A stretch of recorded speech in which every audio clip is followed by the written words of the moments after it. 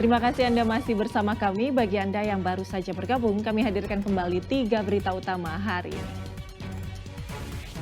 Makam pelangi di Desa Sukasenang Garut berbenah menyambut Ramadan. Tembok penahan bangunan ambruk, 4 kios di Pasar Ancol Kota Bandung rusak. Sekolah dasar di Karawang viral lantaran praktik renang muridnya digelar di lapangan sekolah.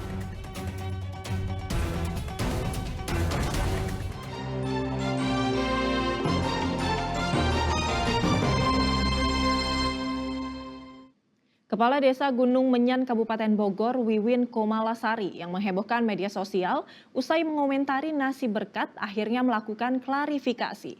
Wiwin mengaku jika unggahannya tersebut hanya sebatas guyonan dan tidak ada niat untuk melecehkan siapapun. Assalamualaikum. Ini baru kali ini saya bawa apa? Bawa berkat. Ini bawa berkat nggak? Aduh, seumur-umur. Ada mau lihat kan? Inilah potongan video saat Wiwin Komalasari, Kepala Desa Gunung Menyan, Kabupaten Bogor, tertawa usai menerima nasi berkat di pelantikan Bupati Bogor. Video yang menghebohkan dunia maya itu kini telah hilang di akun media sosial Wiwin. Sementara saat ditemui di kantor Desa Gunung Menyan, Kabupaten Bogor, Wiwin mengaku bila unggahannya tersebut hanya sebatas guyonan dan tidak ada niat untuk melecehkan siapapun. Terkait hal tersebut, Wiwin meminta maaf pada seluruh masyarakat yang merasa terganggu dengan video unggahannya. Dengan viralnya ini ke depannya, insya Allah saya akan lebih hati-hati lagi gitu. Karena yang saya lontarkan omongan itu saya tidak ada niatan menghina ataupun apapun itu, tapi kadang orang lain mungkin berpikirnya jadi beda gitu, dan saya akan memperbaiki lagi, lebih baik lagi, dan saya minta maaf kalaupun itu ada yang tersinggung. Kedepan Kepala Desa Gunung Menyan itu mengaku akan lebih berhati-hati lagi dalam membuat konten di media sosial. Asep Solihin melaporkan dari Kabupaten Bogor. 4 kios di Pasar Ancol Kota Bandung rusak parah usai tembok penahan bangunan ambruk ke aliran sungai Cikapundung pada Senin lalu. Sejumlah kios yang terdampak terpaksa direlokasi ke tempat yang lebih aman. Beginilah kondisi Pasar Ancol Kota Bandung usai tembok penahan bangunan ambruk pada Senin lalu. Material tembok terlihat menumpuk di bantaran aliran sungai Cikapundung. Akibatnya belasan kios pedagang terdampak serta 4 kios mengalami rusak berat. Diduga rusaknya tembok penahan bangunan akibat termakan usia dan sudah lama mengalami retak-retak. Para pedagang yang kiosnya terdampak terpaksa harus direlokasi ke tempat yang lebih aman. Ada yang jualan nggak Pak? Nggak ada, udah pada pulang. Tapi biasanya tiap hari dipakai jualan.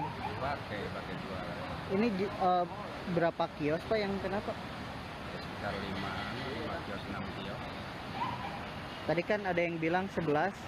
Ya kurang lebih lah 11 kan, soalnya kan nambah itu lebar itu yang ambruk. Berhasil. Pak, ini kan biasanya mungkin tiap hari ada yang berjualan, karena ini sekarang berarti nggak jualan berarti Pak? Ya, sebenarnya itu cuma hanya 4 ruang dagang sih yang aktif. Dan itu yang terdampak sudah kita lokasikan ke dalam pasar.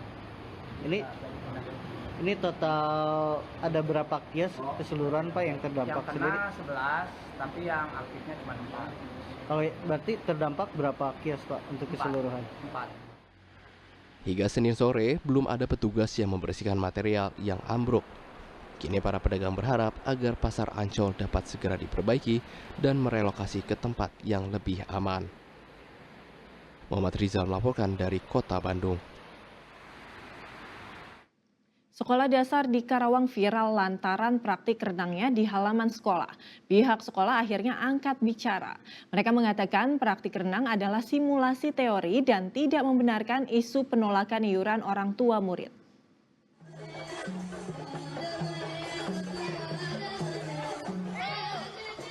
Mungkin video murid sekolah dasar yang belajar berenang di lapangan sekolah ini sempat lewat di lini masa media sosial Anda. Dengan embel-embel, orang tua tak mau iuran sehingga praktik berenang digelar di lapangan kering. Kini pihak sekolah buka suara. Murid dalam rekaman ini adalah murid dari SD Negeri Pinayungan 1 dan 2 Kecamatan Teluk Jambe Timur, Karawang. Kepala sekolah membantah tudingan dalam video itu. Ia membenarkan jika sekolah menggelar praktik dari teori renang dengan menggunakan fasilitas yang ada. Namun pihaknya membantah soal penolakan iuran oleh orang tua murid karena memang tidak ada pungutan biaya. Dengan membaca viralnya berita tersebut, komen-komen netizen yang akhirnya menjadi bola panas kemana-mana gitu kan, sebenarnya secara pengamatan dari saya sebagai kepala sekolah, salahnya di mana gitu ketika guru kami itu melakukan pembelajaran secara teori terlebih dahulu seperti itu dalam pembelajaran renang. Bu, terkait adanya pungutan untuk aktivitas renang itu seperti apa Ibu? Sebenarnya seperti apa Bu? Oh, di kami tidak ada Pak. Itu pun orang tua katanya berinisiatif, saya tanggap sikap menanggapi suasana saat ini. Tidak ada pungutan apapun, ya. Termasuk tidak ada pungutan apapun. Saya jelaskan tidak ada pungutan apapun. Jika ada praktik di kolam renang, murid akan membayar sendiri biayanya ke pengelola kolam renang. Akri Yusuf melaporkan dari Karawang. Untuk meminimalisir adanya tindak pelecehan seksual di dalam transportasi umum, para penumpang kereta diberikan sosialisasi pencegahan pelecehan seksual. Penumpang juga didorong untuk berani melapor jika mengalami pelecehan baik di dalam kereta ataupun di luar kereta.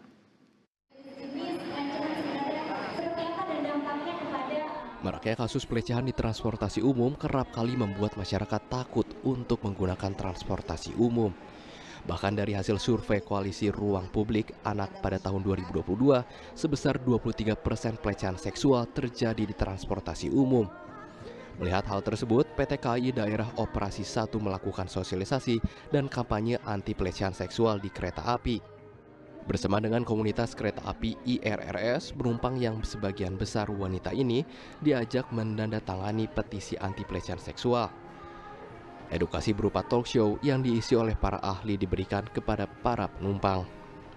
Para pembicara menekankan pentingnya melindungi diri serta menghormati sesama penumpang kereta. Penumpang juga diajak untuk berani melapor jika mengalami pelecehan seksual di kereta api. Berkampanye, lagi mensosialisasikan, di sini ada dua, keselamatan perjalanan kereta api, kemudian kaitannya dengan anti pelecehan seksual. Di beberapa waktu yang lalu mungkin ada sebagian kejadian yang namanya tindakan asusila, ini bisa terjadi di mana-mana. Namun kami PT Kereta Api selalu mengevaluasi berdasarkan laporan yang ada, kami melakukan tindakan-tindakan hal-hal yang untuk bersifat preventif. KAI akan memberikan sanksi tegas berupa blacklist kepada pelaku pelecehan sehingga tidak lagi dapat menggunakan kereta baik KRL maupun kereta jarak jauh. Berarti setuju ya Bu kalau penumpang yang melakukan pelecehan seksual di blacklist? Iya, setuju. Kalau ada pelecehan kayak gitu harus ditindak ya Bu ya. Ya. Ibu selama ini pernah dengar kejadian apa? Nggak pernah kejadian dengar? Nggak ada ya. Aman. Tahun 2024 lalu ada 2 kasus pelecehan di wilayah Daob 1 yang dilaporkan ke polisi. Dengan adanya fasilitas seperti kamera pengawas serta banyaknya petugas yang disiagakan, diharapkan dapat mengurangi terjadinya kasus pelecehan di kereta api. Awang Darmawan melaporkan dari Kota Bekasi.